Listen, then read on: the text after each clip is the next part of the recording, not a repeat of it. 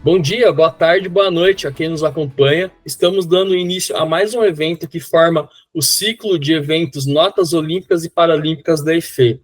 O Notas Olímpicas e Paralímpicas tem por objetivo apresentar e discutir as modalidades olímpicas e paralímpicas e a organização dos Jogos Olímpicos e Paralímpicos por meio de conversas, né, e da exposição de experiências de pessoas que tiveram presentes nessas competições, sejam como atletas, treinadores e pessoas que atuaram na gestão dos Jogos Olímpicos e Paralímpicos. Até o momento, né, o ciclo, então, Notas Olímpicas e Paralímpicas, possui diversos podcasts já publicados no site, na página oficial e nas redes sociais da EFE, que estão disponíveis para vocês acompanharem lá, além de estar prevista a realização de eventos presenciais na EFE. E para quem deseja acompanhar esses eventos presenciais, eu aconselho que siga as nossas redes sociais da escola para ter as informações das datas e dos horários desses eventos presenciais e dos próximos podcasts. Lembrando que o Notas Olímpicas e Paralímpicas é organizado pelo Departamento de Esporte da Escola de Educação Física e Esporte da Universidade de São Paulo, e hoje, dando andamento nessa série de vídeos, de podcasts ali, nós vamos conversar com o Virgílio Francisco Neto, que atua na comunicação do Comitê Olímpico Internacional e está atuando, né, nos Jogos Olímpicos e Paralímpicos de Paris 2024. Para participar dessa conversa comigo, né, eu vou convidar também o professor Ari José Rocco Júnior, professor na área de gestão do esporte aqui na EFE, a quem agradeço já a presença, e inicio, né, além de agradecer a presença do Virgílio, a disponibilidade, a gente sabe que ele está no meio dos Jogos Paralímpicos ali, é sempre uma correria, quem trabalhou com evento esportivo sabe como é isso, né, como o tempo é escasso nesses momentos, né, então agradecer o Virgílio pela participação. O Virgílio é um grande amigo nosso aqui, um parceiro de longa data minha e do Ari, né, e a gente queria iniciar, Virgílio, você contando ali brevemente, ali de uma forma geral, um pouquinho a sua história, a sua formação, a sua ligação com o esporte, com a educação física, para a gente ir avançando nessa sua ligação com o movimento olímpico, com Olimpíadas e Paralimpíadas. Bom dia, Ivan. Bom dia, boa tarde, boa noite, Ivan, professor Ari, Ronaldo, pessoal da EFE. Muito bacana, me sinto muito honrado em participar do podcast. Muito obrigado mesmo pelo convite. Eu estou muito feliz de estar aqui com vocês e revê-los virtualmente depois de tanto tempo. É muito gostoso e falar de um assunto que a gente ama, que dá o norte, né, para o nosso dia a dia, é sempre muito bom. Muito obrigado mesmo, pessoal. Estou muito feliz de estar aqui. Valeu demais. É um reencontro muito que me faz muito bem. Bom, a minha trajetória com o esporte é desde garoto muito pequeno, sempre brincando na rua, com futebol, com bicicleta, com jogo de taco. Sempre fui muito ligado a isso, né? Sempre fui muito ligado às brincadeiras de rua, sempre fui muito ligado às atividades físicas com a vizinhança, no clube, na escola. Sempre fui muito apaixonado por isso, né? Isso vem de casa também, com os meus pais, que também sempre gostaram muito e sempre me incentivaram a fazer isso, a praticar esporte, a praticar atividade física, a praticar atividades de lazer, né? E isso me levou a escolher a minha profissão de uma maneira um pouco inusitada. Eu queria ter feito jornalismo, mas eu tive um desapontamento na minha breve carreira futebolística enquanto juvenil, futebolista juvenil. Então, eu esqueci a ideia de fazer jornalismo, porque eu queria me especializar dentro da área do esporte, no jornalismo, e fui fazer um teste vocacional, que me levou ao resultado da comunicação social em primeiro lugar, mas em segundo lugar a diplomacia. Então, eu não fiz o jornalismo, porque eu estava um pouco desapontado com o futebol, e fui fazer relações internacionais. Fiz relações internacionais, me formei em relações internacionais, só que dentro das relações internacionais, eu era o que organizava os campeonatos de esportes. Então, eu organizava o torneio de futsal, eu organizava o torneio de futebol de campo, eu organizava o torneio de truco, o torneio de tênis. Fui um dos fundadores da Atlética, da Associação Atlética Acadêmica do curso, que hoje está com quase 20 anos de existência. Então, sempre fui muito envolvido com os esportes. E durante a faculdade, eu comecei a jogar rugby, esporte que eu já conhecia, e eu comecei a jogar rugby e fiquei muito envolvido com o Belo Horizonte Rugby Clube, que foi onde eu morei, onde eu estudei, e ajudei bastante ali nos primeiros anos do Belo Horizonte, né? E aí, envolvendo dessa maneira com o Belo Horizonte, eu passei a fazer parte das reuniões para o estabelecimento do Estatuto do Torcedor, eu participei de reuniões que estavam tentando trabalhar a gestão do esporte no Brasil, ainda de uma maneira muito incipiente, com vistas aos Jogos Pan-Americanos 2007, que o Brasil tinha sido escolhido, a cidade do Rio de Janeiro tinha sido escolhida a sede, e eu passei a me envolver muito com a gestão do esporte e, sobretudo, com a comunicação da Atlética e do rugby de Belo Horizonte. E isso me pautou para que escolhesse o mestrado em gestão do esporte na Universidade Técnica de Lisboa, hoje Universidade de Lisboa. Eu fui fazer o mestrado em gestão do esporte na Faculdade de Motricidade Humana, que pertence hoje à Universidade de Lisboa. Fui para Portugal fazer o meu mestrado. Antes disso, eu tive uma passagem pela Federação de Futebol do Rio de Janeiro, no departamento técnico. E aí eu fui para Portugal e lá em Portugal trabalhei na Adidas Ibéria, na área da comunicação.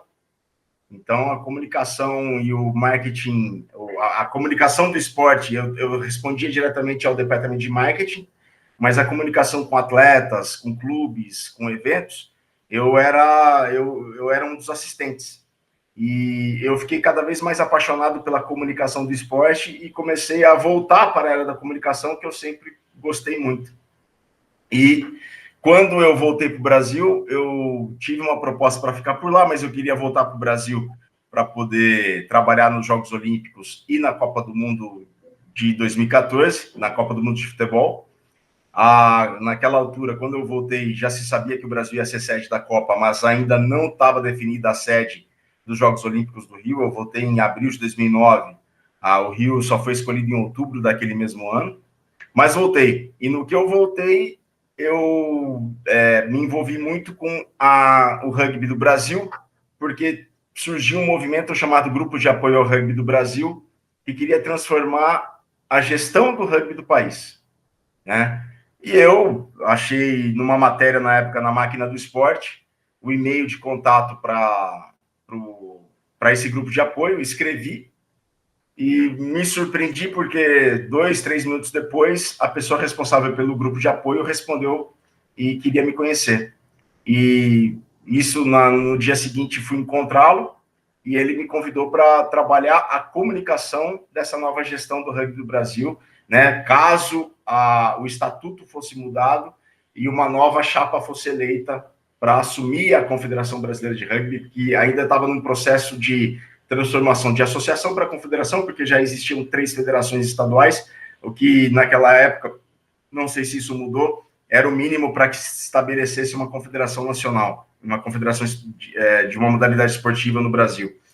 E aí eu fiz parte da Confederação Brasileira de Rugby na área da comunicação e comecei a trabalhar, né, a comunicação no geral do rugby do Brasil, em feminino, masculino, adulto, juvenil, base, clubes, né? E eu me lembro muito bem, até abrindo um parênteses, que era logo no meu primeiro ano, a primeira rodada do Campeonato Brasileiro Masculino Adulto de Rugby 15. Eu me lembro de ter lido um comentário assim, puxa, pela primeira vez, eram 4 jogos, só 4 jogos. E a pessoa escreveu, pela primeira vez, temos os 4 resultados da rodada no site no mesmo dia que os 4 jogos aconteceram. Então, isso me surpreendeu muito. Eu falei, puxa, tem muita coisa que pode ser feita, muita coisa que pode ser explorada, e seguir nesse caminho da comunicação do esporte, o que me levou a aproximar da EFE, do grupo de estudos do professor Ari Rocco e da Flávia Bastos, da professora doutora Flávia Bastos, que foi onde eu te conheci, onde conheci uma galera espetacular e sensacional. E aí o professor Ari e a professora Flávia me apresentaram a teoria de comunicação estratégica do esporte, aquele livro, aquela bíblia do Pedersen, e que boa parte é o meu norte de trabalho hoje, bastante é aquela teoria, porque é o que a gente faz todos os dias dentro do Comitê Olímpico Internacional. A gente tem que seguir uma série de diretrizes, uma série de posicionamentos, né, com base na missão, na visão, nos valores da organização esportiva, que é o Comitê Olímpico Internacional, para a gente poder construir as nossas pautas e fazer as nossas matérias e direcionam todo o nosso trabalho. E aí, do rugby, eu parei de me envolver com a Confederação Brasileira de Rugby. Por quê? Porque nesse meio tempo, eu fui convidado para poder comentar jogos de rugby na televisão, né? E foi algo que eu fiquei apaixonado. Eu comecei no Band Esportes, depois eu fui para o Sports Plus, aí passei finado Sports Plus, aí tive na ESPN, e por conta desse meu trabalho na TV, eu fui chamado para fazer a locução de estádios, a locução oficial. Senhoras e senhores, sejam bem-vindos. E aí, por conta desse trabalho, fui fazendo a locução dos estádios, aí procurei saber como é que se fazia, qual que é o papel do locutor, aí tem que fazer substituição, tem que fazer cartão amarelo, cartão vermelho, isso no rugby. O rugby me levou fazendo a locução dos jogos de rugby, fazendo isso me levou aos Jogos Olímpicos do Rio de Janeiro, e lá, fazendo rugby, isso abriu as portas para outras modalidades para mim. Então, acabei fazendo rugby, acabei fazendo pentatlo moderno também naqueles jogos, só que eu comecei a fazer muito futebol também, depois dos jogos, comecei a fazer muito futebol. Então, e é o futebol que você tem uma demanda no Brasil muito grande de quarta e domingo, meio de semana e domingo, meio de semana e fim de semana, para você poder fazer esse trabalho. E por conta desse meu envolvimento dos Jogos Olímpicos e os Jogos Pan-Americanos, isso me levou a ter um contato com o Comitê Olímpico Internacional, que abriu a primeira experiência com uma editoria em língua portuguesa. Então, isso em 2020, foi a primeira experiência que o COI estava fazendo com uma editoria em língua portuguesa, para o Olympics.com, que é o Olympic Channel Services, né, que tem o Olympic Channel, que é o conteúdo de vídeo, e tem o conteúdo editorial digital, que é o site, né? Somos em 11 idiomas, além do português, é o espanhol, é o inglês, é o francês, é o japonês, é o mandarim, é o alemão, é o italiano, é o árabe, é o indiano, o hindi, né? E o russo. Então, somos em 11 editorias e idiomas que produzem conteúdos específicos, mas também a gente produz conteúdos globais. Quando tem uma história portuguesa ou brasileira que interesse para o mundo, eles vêm com pedido para que a gente possa fazer. E, da mesma maneira, um conteúdo do México que seja interessante para o público brasileiro, a gente colabora também, quer seja como uma tradução ou quer seja como uma entrevista, uma intervenção, né? Isso dentro do conteúdo digital. E desde 2023, desde o começo do ano passado, os resultados, a primeira experiência foram com os Jogos Olímpicos Tóquio 2020 e foram muito positivas. Depois a gente teve uma experiência com os Jogos Olímpicos de Inverno Pequim 2022, também foi bastante positiva. E isso fez com que a gente propusesse o podcast em língua portuguesa dos Jogos Olímpicos. Então, desde 2023, a gente tem um podcast regular, né, uma emissão regular, e que durante os Jogos Olímpicos foi uma a cada 2 dias, né, os Jogos Olímpicos Paris 2024 foi uma a cada 2 dias, mas isso é o que a gente tem feito desde então. O meu envolvimento é muito com os Jogos Olímpicos, e um pouco com os Jogos Paralímpicos, até mesmo porque quem organiza os Jogos Paralímpicos é o Comitê Paralímpico Internacional, mas claro, claro que a gente faz a cobertura também dos Jogos Paralímpicos. Inclusive, eu estava de plantão esse fim de semana, fiz as 10 medalhas do Brasil no sábado, as 4 no domingo, aí teve a medalha de ouro portuguesa no domingo, eu tenho que também fazer Portugal e os países lusófonos da África, né?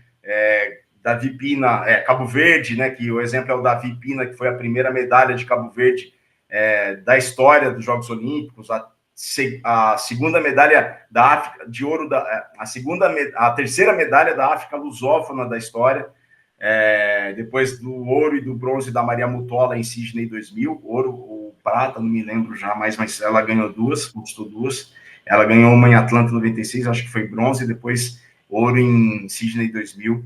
Então, a gente tem que olhar para todos os países que falam português. E, claro, a gente faz a cobertura dos Jogos Paralímpicos, mas ela não é tão intensa e tão planejada quanto a dos Jogos Olímpicos. É uma preparação nossa para Paris que começou antes de Tóquio, muito antes de Tóquio.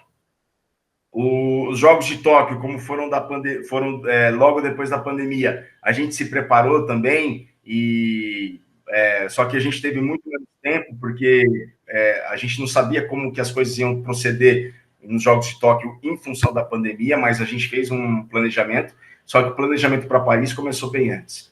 Então, esse é meu envolvimento, esse é um resumo, um breve resumo da trajetória e da carreira, da minha carreira, e é algo que eu sou apaixonado e vou com bastante intensidade.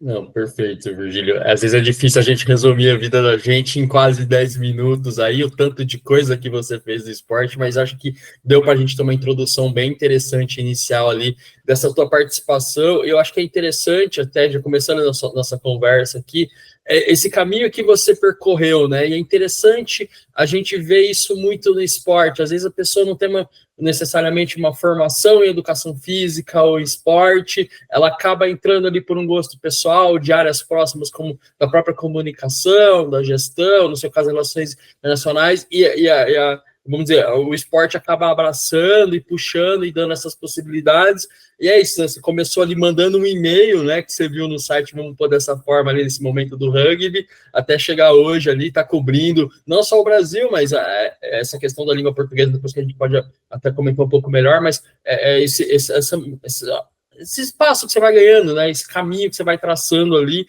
começando de uma coisa quase, de certa forma, despretensiosa até, você tentou, e enfim, é muito interessante ver, não só a sua, como várias carreiras acabam sendo dessa forma no esporte, o esporte dá essa possibilidade, né? Sim, o esporte proporciona muitas oportunidades e muitas possibilidades. É igual você falou, Ivan, eu jamais imaginava que aquele e-mail que eu mandei em 2009, inclusive vai fazer 15 anos, eu lembro do dia, 24 de setembro, vai fazer um e-mail que eu mandei despretensioso, quando a gente mal espera que o e-mail seja respondido, o e-mail foi respondido. E, assim, lembro desse acontecimento, me lembro desse fato até hoje. Como me lembro de várias conversas que definiram também muitas coisas, né? Algumas dicas, algumas orientações que definiram também muito da nossa carreira. E é interessante ver como que as coisas acontecem e como que o esporte proporciona isso, porque eu fiz relações internacionais, mas nas relações internacionais eu só me dedicava ao esporte. O meu TCC foi sobre esporte, e eu me lembro que na época não é uma crítica, mas é um fato, né? Porque pouco se sabia disso. Eu me lembro que quando eu fui querer falar de esporte dentro das relações internacionais, eu me lembro que muita gente ficou resistente. Só que eu tive professores que falaram, tem tudo a ver isso. E aí eles eles incentivaram, e hoje tem muita gente das relações internacionais que procuram trabalhar com esporte. E muitos profissionais das RI foram fazer esporte, né, como uma segunda graduação, ou abandonaram a RI para fazer esporte e educação física, né? Na minha altura eu não tive essa chance, eu cheguei a considerar, mas eu não tive essa chance.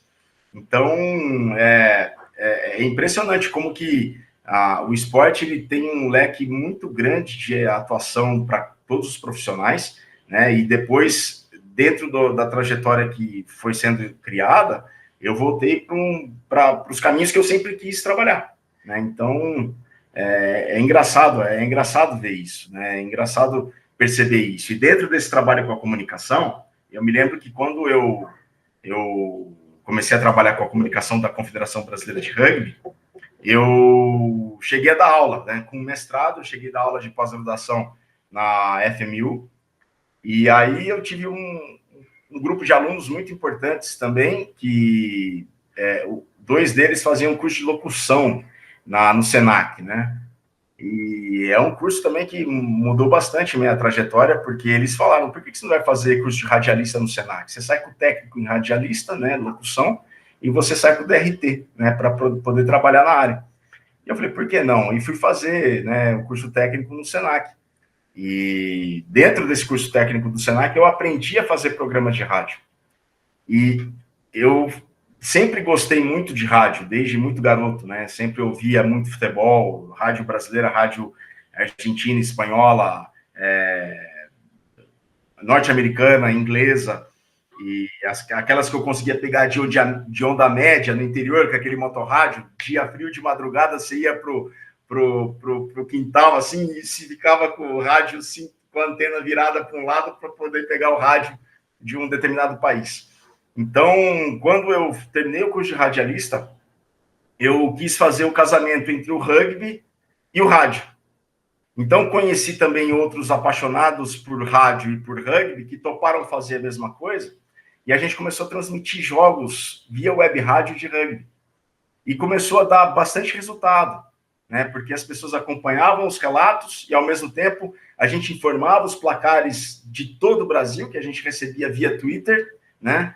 Que a gente conseguia informar lá em tempo real. Então, quem não tinha acesso ao Twitter, quem não tinha acesso ali espontâneo a um celular ou a não um celular não, mas quem não tinha acesso espontâneo àquela rede, pudesse acompanhar também. E foi uma experiência muito legal, assim, bem sucedida dentro do rugby do Brasil, e foi uma experiência legal. Dessas transmissões surgiram programas de rádio sobre rugby e podcasts especializados sobre rugby também.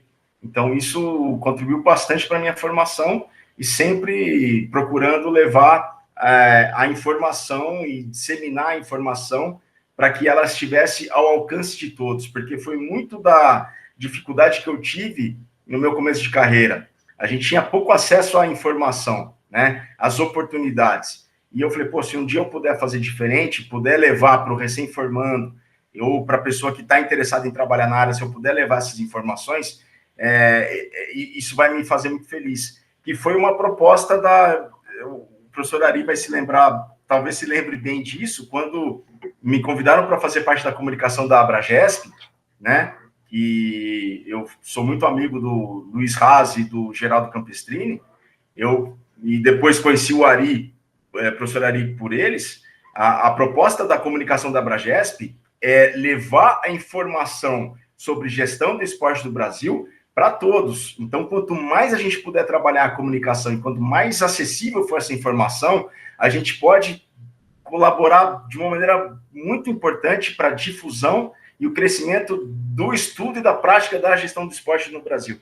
Então, foi isso que direcionou bastante quando eu trabalhei. Eu acho que foram 3 mandatos da Abragesp na parte da comunicação. Então, a gente fez até um podcast da Abragesp, né? E justamente para isso, para difundir e disseminar a informação da gestão do esporte no Brasil. E aí me lembro de uma pessoa muito bacana que eu, infelizmente, perdi o contato. Ele está na Universidade Federal de Santa Maria hoje, que é o Joca Malaya.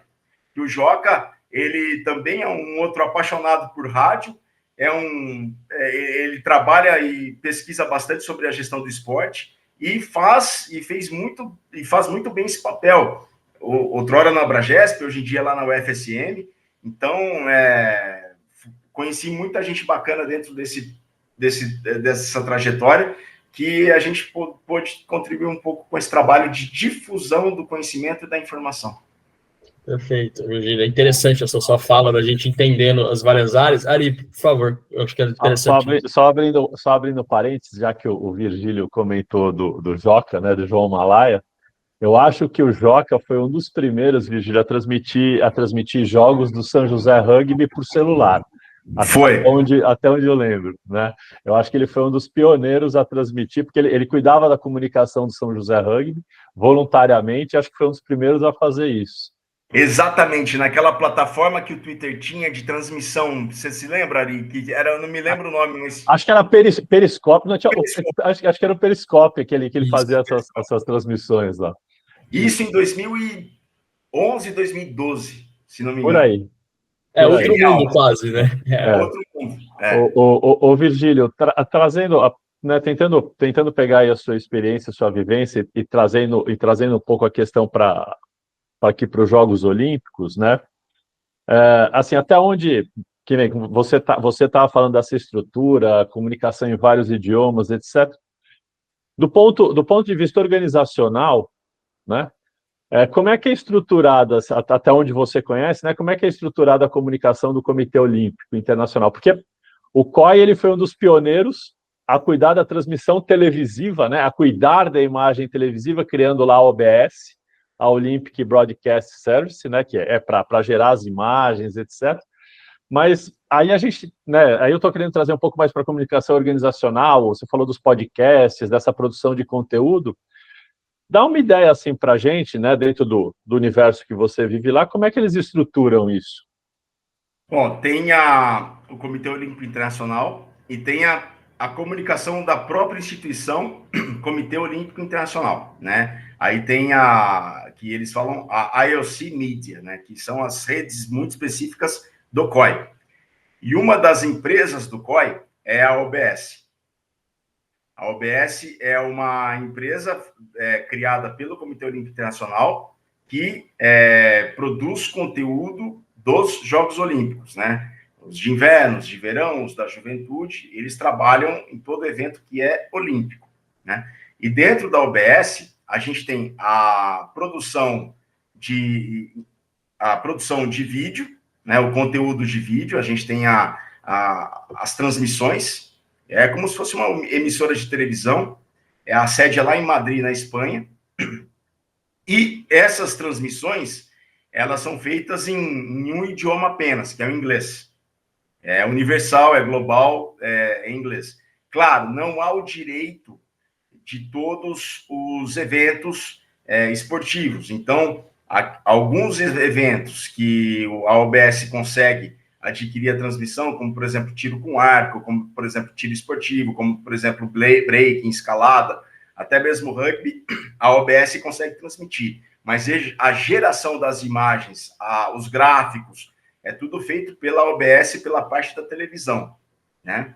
A TV, que fica lá em Madrid, na Espanha. Também lá em Madrid, na Espanha, a OBS tem uma parte editorial, que é a produção de conteúdo digital em formato de vídeo, em formato de áudio e em formato de texto. A gente tem um CEO para o Olympic Channel. Depois, abaixo dele, a gente tem um diretor de comunicação geral. E aí, abaixo do diretor-geral de comunicação, a gente tem uma editoria, 3 editores-chefe, um que cuida da parte global, né, do conteúdo global. Não, minto. A gente tem esse diretor de comunicação e abaixo, um diretor de comunicação e abaixo dele uma editora-chefe.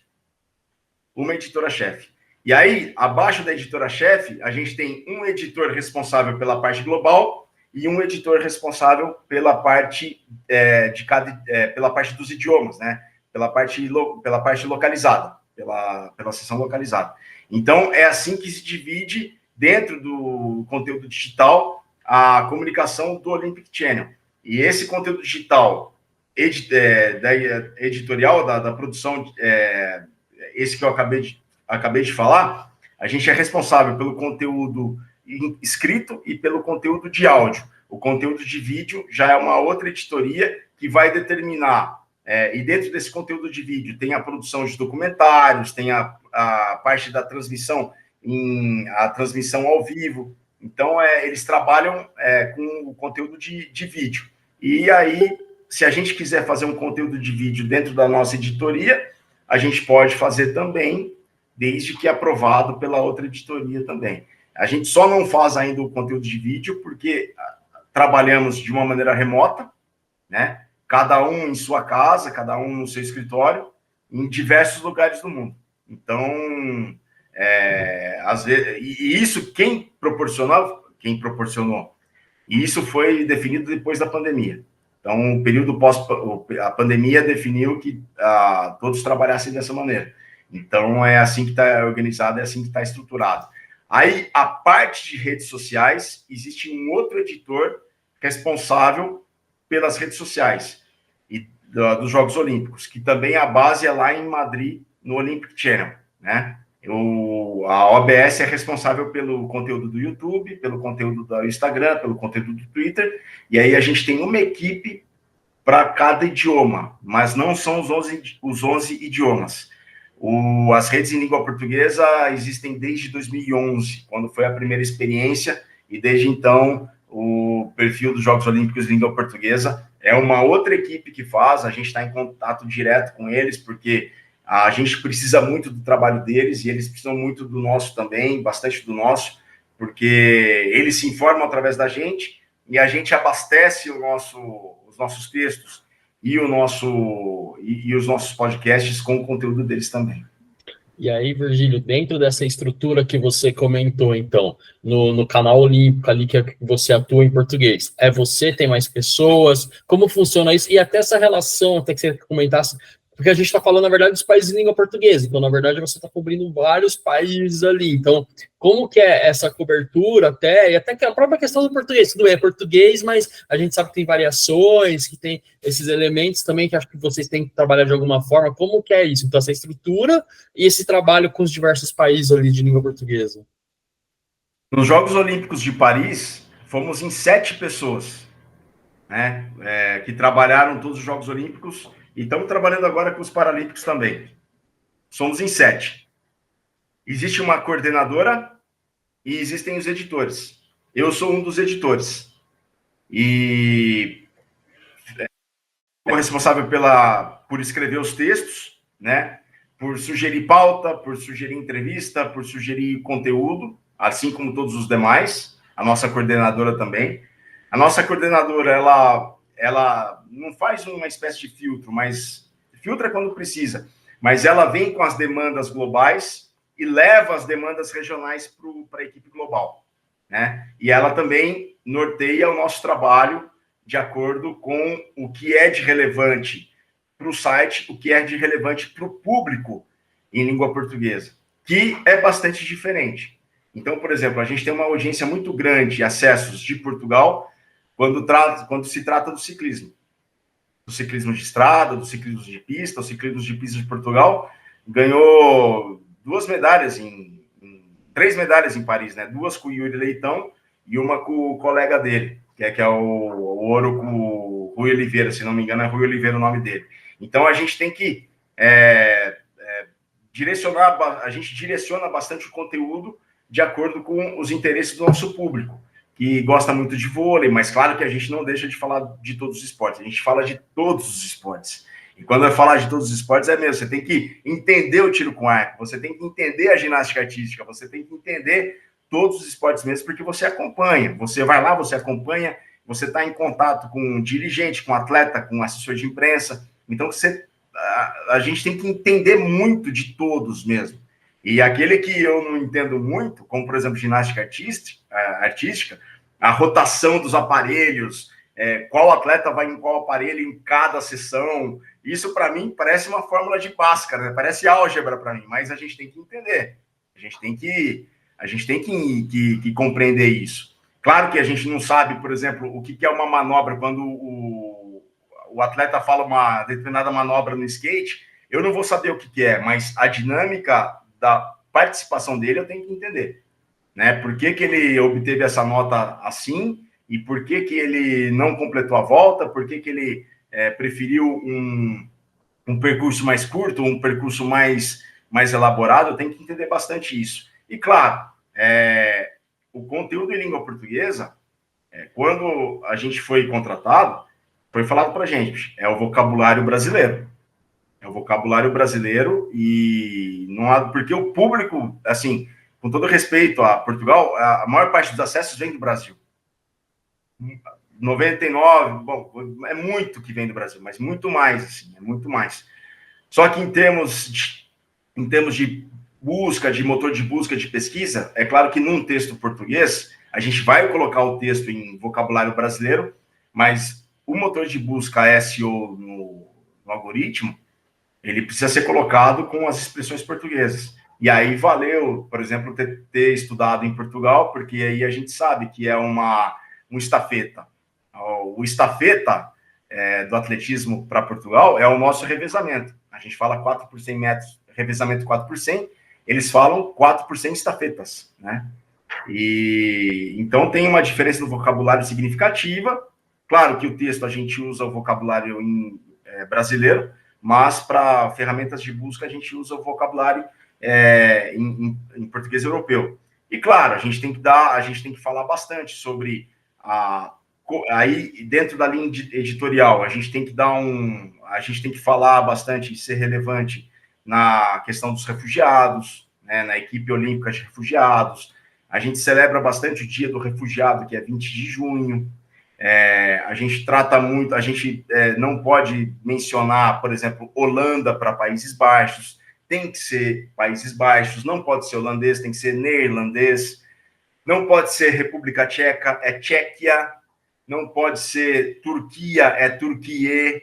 Eu não posso falar agora alguns nomes de países, né, por pedidos mesmo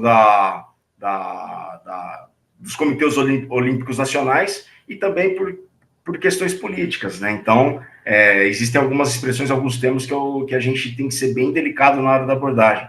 Então, é essa linha que a gente segue e sempre muito em contato direto e diário com os comitês olímpicos de cada país. Sobretudo Brasil, Portugal, a gente tem um contato muito bacana, e agora em Paris, a gente teve um contato muito bacana também, e mais próximo com o Comitê Olímpico de Cabo Verde, né, porque muito em função da medalha olímpica que eles conquistaram no boxe, mas esse trabalho em língua portuguesa sobretudo nesse sentido. E, claro, ficar com todos os atletas em radar. Os brasileiros, a gente sabe muito bem quem são as promessas, quem pode despontar e quem são os expoentes, né? Então, a gente tem que ficar de olho nisso tudo, mantê-los no radar, mas também de olho nos portugueses também. Então, o Diogo Ribeiro da natação, ele não foi medalhista nos Jogos em Paris, mas ele foi o primeiro campeão mundial português na natação, nos 50... Ele foi medalhista nos 50 borboleta, que aí é outra diferença de expressão, né? O português fala mariposa para borboleta, para o estilo de natação. E ele foi medalhista no borboleta 50 metros e nos 100 metros, né? Foi o primeiro campeão mundial português na natação. Só que a gente tem falado com ele desde 2020, desde o começo de 2022. Que ele, desde a metade de 2022, quando ele foi terceiro colocado no europeu em Roma, que ele perdeu para o Popovici e para o Tomás Secon, para o romeno e para o italiano, que hoje despontam no mundo da natação. Então, aqueles resultados surpreendeu, vamos ficar de olho nele. Tivemos a feliz coincidência dele ser treinado pelo Alberto Silva, que foi o treinador do Cielo. Então, mantê-los no radar e acompanhar essa trajetória, não só do Diogo, mas de todos os atletas brasileiros, é extremamente importante para a gente produzir um bom conteúdo e chegar com conteúdo muito sólido para os Jogos Olímpicos, que foi isso que a nossa coordenadora soube pontuar muito bem e que eu acho que foi chave para a cobertura de Paris, dos Jogos Olímpicos. Ari, algum comentário? Não, na realidade é interessante isso que o Virgílio acabou de colocar, porque né, às vezes as pessoas, né, principalmente aqui no Brasil, quando a gente analisa do ponto de vista de mídia, mas aí a mídia comercial nas suas características, né, o que a gente mais ouve, né, é que a imprensa fala de todos os outros esportes a cada 4 anos, né? E o Virgílio está mostrando que para fazer um trabalho de qualidade, quer dizer, você precisa acompanhar os atletas, as atletas permanentemente em competições continentais, em competições as internacionais mais relevantes. Então, o cara, né, o atleta foi o terceiro lugar no europeu, ele tem um potencial para quem eu estou falando, né, que é os países de língua portuguesa, ele é um atleta que ele tem um potencial de ir lá nos Jogos Olímpicos estourar. Então acho que é bastante interessante isso que o que o Virgílio coloca, porque para nós aqui representa uma quebra de paradigma, né? Porque a nossa imprensa talvez trabalhe assim, né? A grande parte da imprensa, vamos ter os Jogos Olímpicos, as pessoas começam, os jornalistas começam a estudar um mês antes quem é, né? Para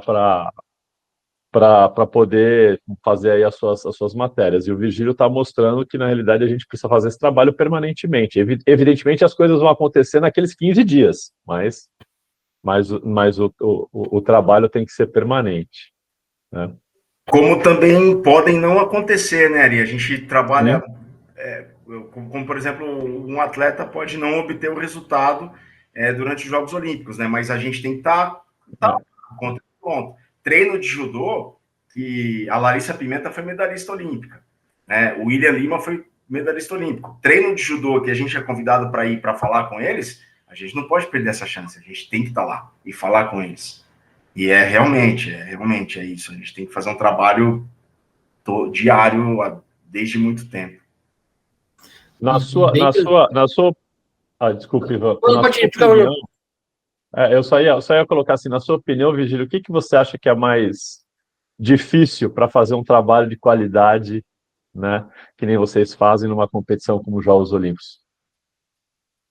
O que é mais difícil? Puxa vida, boa pergunta. O que é mais difícil? Muita coisa acontecendo ao mesmo tempo. Sim, é muita coisa acontecendo ao mesmo tempo. Isso é verdade, é muita coisa. Mas me lembrei de uma outra situação. Os Jogos Olímpicos, eles são muito intensos. A nossa rotina lá em Paris começava às 7 da manhã e teve jornada que eu fui dormir às 5 da manhã para acordar de novo às 7. E é muita coisa acontecendo ao mesmo tempo em vários lugares. E numa transmissão, numa cobertura, a gente não tem uma facilidade de deslocamento, né? Todos não têm uma facilidade de deslocamento. Porque se você pensa em carro, você tem que pensar em lugar para estacionar o carro. E a organização dos Jogos Olímpicos, ela é feita de uma maneira que você não pode parar o carro em qualquer lugar.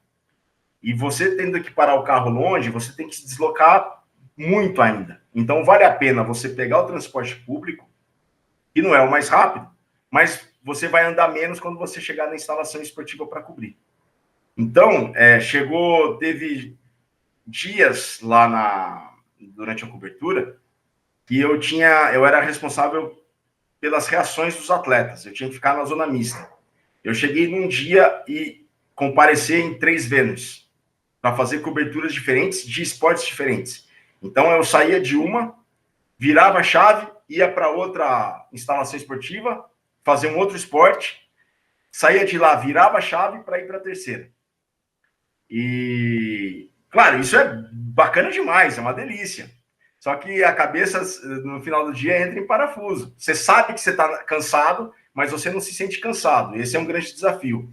E o deslocamento também, porque você entra e sai de vários lugares e você passa por controle de segurança, que são necessários mesmo. Então, a jornada é muito longa, isso é difícil. A jornada é longa, mas não reclama, é só um fato. E outra dificuldade, que é um desafio tremendo, é igual minha colega Sheila, que é coordenadora em língua portuguesa, escreveu, e de fato você está lá na zona mista, eu era responsável pelas reações. As reações dos atletas brasileiros, estrangeiros, brasileiros e portugueses, eventualmente estrangeiros. Se, por exemplo, o meu colega em francês não estava lá, e Virgílio, vai passar o judoca X, pega uma frase dele para mim, por favor. Aí eu usava Google Tradutor ali na hora, né? E eu falava, responde em francês, né? Answer in French. E aí eu mandava áudio para ele. Isso acontecia demais, inclusive em coreano. A minha colega da editoria em coreano pediu para que eu pegasse uma frase da equipe da Coreia do judô, e eu, no Google Tradutor, escrevendo em português e traduzindo em coreano e colocando o microfone para que a pessoa respondesse em coreano. E respondeu e deu muito certo. Mas uma dificuldade da zona mista, que eu era responsável por pegar as reações dos atletas, para colocar as sonoras no podcast e também fazer as reações, os textos das reações. A dificuldade é a seguinte, e o que a minha coordenadora colocou, até vou usar o que ela escreveu, a Sheila Vieira, que às vezes o atleta passa por aquele corredor, ele está no melhor momento da vida dele, ou ele está no pior momento da vida dele. E ele tem que parar. E você tem que estar lá e tem que perguntar. Seus colegas também estão lá. Então você tem que ser muito humano, você tem que ter muito discernimento e tem que ter muita ponderação. Então você tem que se preparar muito para poder fazer uma entrevista, justamente porque a pessoa pode estar no melhor momento da vida dele ou no pior momento da vida dele. Não vou me esquecer quando teve aquele evento, eu fiz muito judô, mas quando teve o evento por equipes mistas, e é sensacional, até talvez o Leandro Mazei ouça o podcast e até cumprimentar o judô por ter inventado esse evento por equipes mistas, é super interessante. Mas na última luta da Rafaela Silva, ela enfrentou uma italiana que eu não me lembro o nome dela, foi na decisão do bronze. Ela enfrentou uma italiana. E a Rafaela foi muito boa na luta e tão logo começou, ela já encaixou o ippon, ela conseguiu o ippon. E eu me lembro da judoca italiana passar na zona mista, correndo com tudo e chorando. E aquela cena me impressionou muito. Outra cena que eu vi também de um judoca, que ele aparece na zona mista, não me lembro da nacionalidade dele, foi logo nos primeiros dias, mas ele perde a primeira luta. E ele trabalha 4 anos para fazer aquela luta. E ele, quando viu o ginásio, quando ele entrou no corredor da zona mista, o corredor da zona mista é muito exclusivo. Não são todos que entram lá. Então, pode ter muito jornalista, mas pode ter pouca gente também logo no começo. Então, é um espaço bem discreto. E ele viu que não tinha ninguém, eu era um dos poucos que estavam lá, ele sentou, se apoiou no backdrop que tem os patrocinadores olímpicos, né, que tem os anéis olímpicos, e começou a chorar, e chorou por uns 10 minutos. Aquela cena me marcou muito também. Então, a dificuldade de ter o discernimento para poder fazer a pergunta, né, porque a gente está lá para isso, aí isso é bem delicado, a gente tem que ser delicado e, sobretudo, humano. Quando a Beatriz Souza ganhou o ouro, ela passou por mim, eu fui pegar uma palavra dela e perguntei para ela, Beatriz, hoje você pode falar que você é campeã olímpica, e ela falou uma frase que eu não me esqueço, ela falou assim, uma vida por um dia. Virgílio, eu acho que você tocou um ponto que foi, acho que até a gente teve muita repercussão isso no Brasil, né? Essas entrevistas, Globo, Sport TV, a própria Casual TV ali, o atleta acabou de ganhar ou de perder e acho que é até pior que zona mista, porque é realmente na beira do local, e eu acho que esse discernimento é importante, e eu acho que é importante também um ponto que você comentou ali. Vocês estão como um canal institucional, vamos dizer assim. Então você não está ali para gerar uma fala, um áudio, uma coisa mais sensacionalista, ou pegar um choro. É interessante a gente parar para pensar essa perspectiva do cara que trabalha na Globo, no Sport TV, na Cazé, que precisa, vamos dizer, entre aspas, gerar um corte ali dramático, quase sensacionalista, né? Do que vocês que realmente é para cobrir o fato, cobrir a emoção ali, mas uma coisa menos sensacionalista. Eu acho que e essa preparação parece que existe todo um cuidado, né? Para o posicionamento de vocês para lidar nessa situação, que uma situação extremamente complexa, pensando na comunicação ali, né? E o papel institucional de vocês fazerem isso, né? Exatamente, Ivan. E para cada zona mista que eu ia, cara, tem um monte de anotação aqui. Que pergunta que eu vou fazer, o que eu vou falar, o que eu vou abordar, porque não posso... Eu tenho que tratar de uma maneira sóbria. Passar pelo trabalho dele, obviamente do atleta, mas saber que isso tem um limite. Então, eu tenho que estar muito atento a isso. E isso requer... a gente se preparava bastante. A gente organizava, falava para a minha coordenadora, o que você acha de abordar isso, isso e aquilo, e vai abordar isso, aquilo, outro. Assim como todos os jornalistas, né, de todos os veículos de comunicação. Você pega o pessoal da Globo que está do seu lado, você pega o jornalista falando com o produtor, ó, eu vou pegar esse aspecto, o que você acha?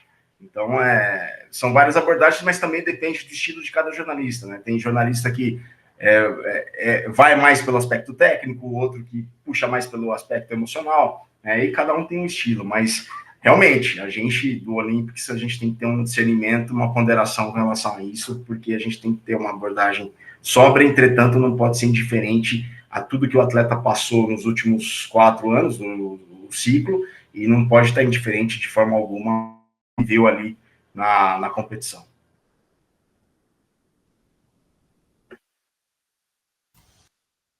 Daria algum comentário mais? Não, no mais, assim, o que acho que para a gente indo acho que para o final, né, Ivan? Uhum. Além dessas cenas que te marcaram, Virgílio, com relação aos atletas, etc., pessoalmente, né, para o Virgílio, para toda essa trajetória que começou lá no e-mail para o rugby, etc., o que significou Paris, por exemplo? Não vamos nem falar da trajetória, mas o que significou os Jogos de Paris para você? O maior desafio da carreira, sem dúvida alguma, Ari. O maior porque foram os Jogos de Paris, não foram só o período dos Jogos. Tudo isso começou há muitos anos, né, mais de 2 anos, só que desde fevereiro a carga e o volume de trabalho foram muito altos, muito altos. Não reclama, é só um fato.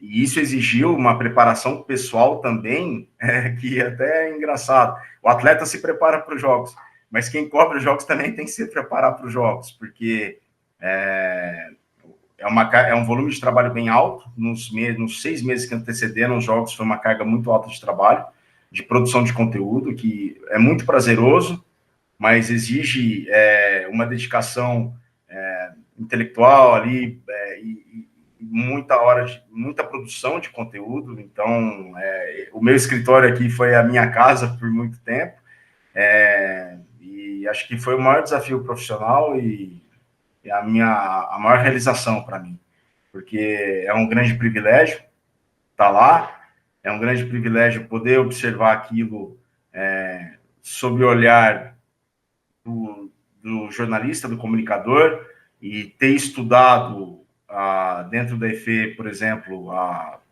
comunicação do esporte, conseguindo visualizar tudo aquilo dentro de tudo aquilo que a gente aprendeu ao longo dos anos em sala de aula e conseguiu colocar em prática, e podendo observar e fazendo essa relação, é algo mágico.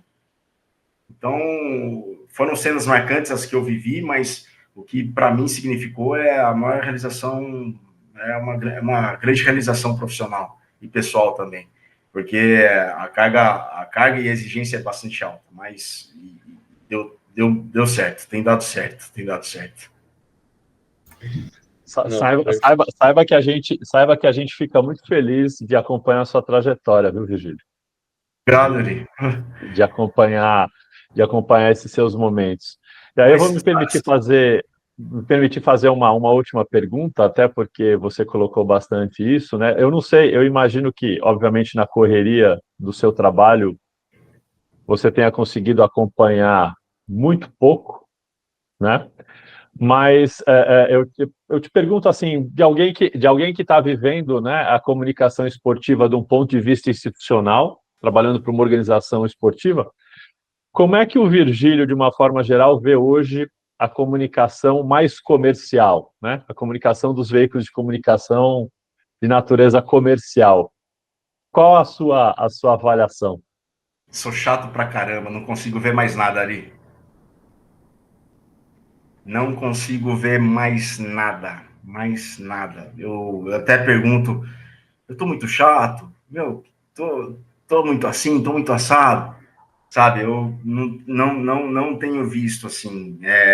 Realmente, o que o professor Ari disse, Ari, eu acho que quem está lá é quem menos acompanha os Jogos Olímpicos, né? Vê os outros resultados. Então, por exemplo, o Brasil ganhou da França no futebol feminino, eu só fiquei sabendo depois, porque repercutiu muito lá na França a derrota. E falando muito bem do Brasil. Eu falei, caramba, né? O Brasil ganhou tal. E foi uma grata surpresa. E realmente, eu não acompanhei nada dos jogos, só sabia de algumas medalhas, inclusive do Brasil. Depois, quando eu encontrava com a minha coordenadora à noite, não, o Brasil foi campeão nisso. Falei, caramba, ganhou medalha nisso. Falei, caramba, né? Avançou de fase em tal esporte. Falei, caramba, não fiquei sabendo nada disso, realmente.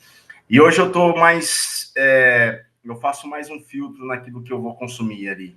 Ivan, amigos ouvintes, amigas e amigos ouvintes, eu faço um filtro muito grande naquilo que eu vou consumir da comunicação do esporte, sabe?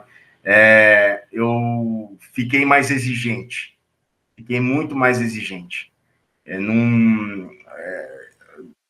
Voltei há 5 dias, não consegui parar muito em um canal de televisão, porque eu até falei, será que eu estou muito chato com relação a isso? Porque eu já não... Muito do que eu assistia antes já não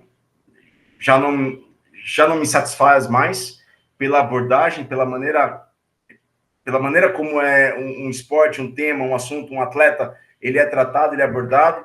Eu procuro mais uma linguagem sóbria. Eu procuro mais aqueles veículos de comunicação que tratam especificamente do fato.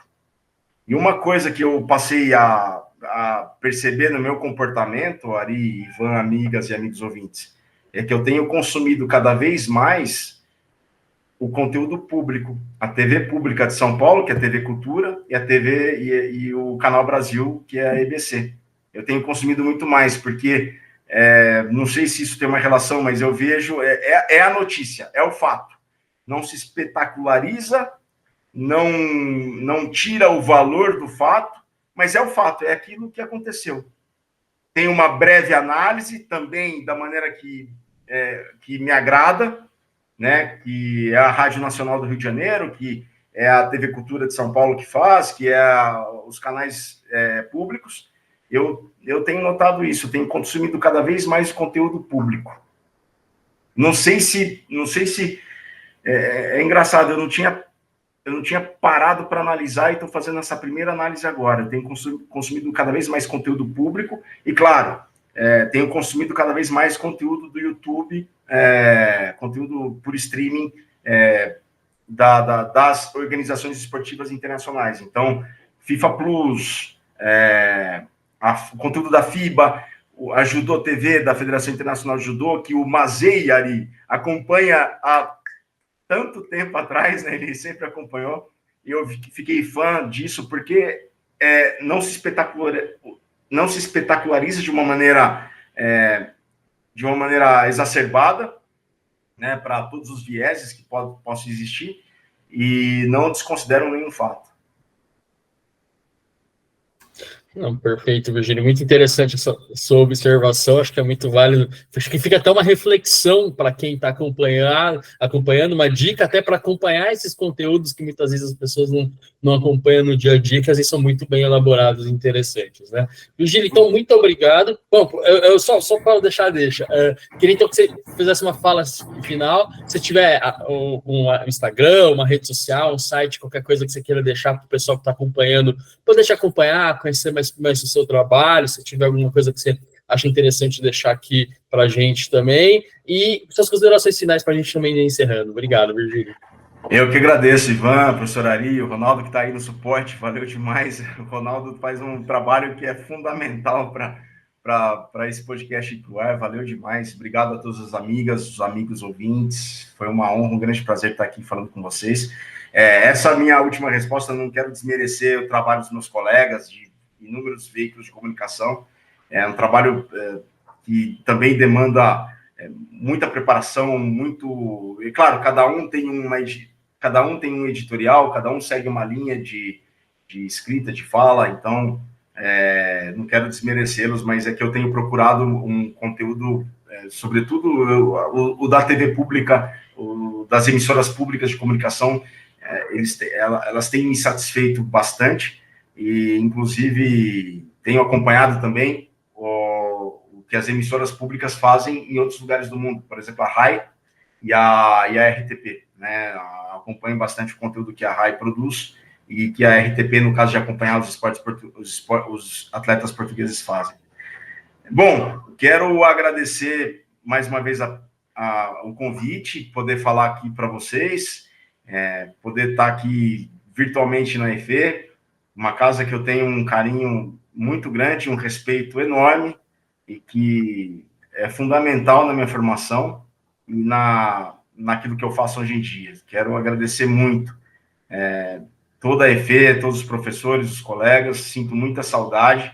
Realmente foram anos, tem sido temporadas bem corridas, e acho que não vejo o Ivan pessoalmente há anos, o Ari também no mesmo tempo, acho que tem uns 5, 6 anos que eu não vejo vocês pessoalmente, mas sempre estão no coração e obrigado por tudo. Eu quero agradecer mais uma vez a presença, o convite e a oportunidade de falar para vocês.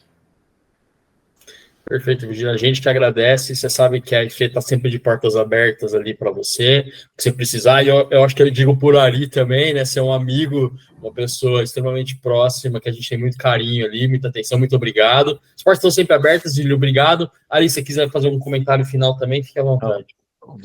O Virgílio, estivemos juntos no evento da ANASM, né, Virgílio? Até fomos juntos no jogo de beisebol, lembra, Virgílio? Miami Marlins e New York Mets. Aliás, tem vídeo no YouTube sobre isso, se alguém quiser, procure.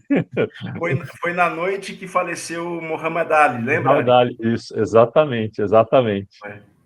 Foi. Então, mas muito bom te ver, Virgílio. Como eu falei, a gente acompanha a sua trajetória, parabéns por ela, né? E a gente só precisa aí se reencontrar mais. Sem dúvida alguma. Vamos sim, vamos manter contato e vamos encontrar assim quando a gente puder, eu aviso e a gente marca um encontro aí com todos. Tá certo, então obrigado a todos, então, Virgílio, Ari, ao Ronaldo pelo suporte imprescindível para a gente, muito obrigado. Eu lembro, então, que esse podcast, essa nossa conversa de hoje faz parte ali do evento, né, Notas Olímpicas e Paralímpicas da EFE. Lembro que a gente tem vários vídeos à disposição e que nós vamos ter alguns eventos presenciais, então, quem tiver interesse é só seguir as redes sociais da EFE, o próprio site da escola, que as informações vão estar lá ali detalhadas dos próximos eventos, as próximas atividades ali relacionadas ao Notas Olímpicas e Paralímpicas. Então, com isso, eu agradeço a atenção de todos. Boa noite, boa tarde, bom dia e até mais, pessoal. Obrigado. Até mais.